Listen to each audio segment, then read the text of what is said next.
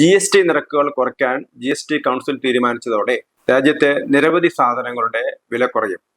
സാധാരണക്കാർക്കാണ് ഇതിന്റെ പ്രയോജനം ലഭിക്കുക. നേരത്തെ 5, 12, 18, 28 എന്നീ 4 റേറ്റുകളിലായിരുന്നു GST ഈടാക്കിയിരുന്നത്. ഇനി മുതൽ 5, 18 എന്നീ നികുതി നിരക്കുകൾ മാത്രമാണ് ഉണ്ടാവുക.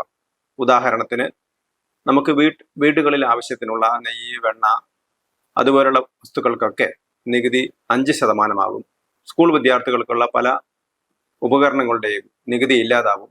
അതേസമയത്ത് 1200 cc താഴെയുള്ള കാറുകൾക്ക് 28% നിന്ന് 18% കുറയും.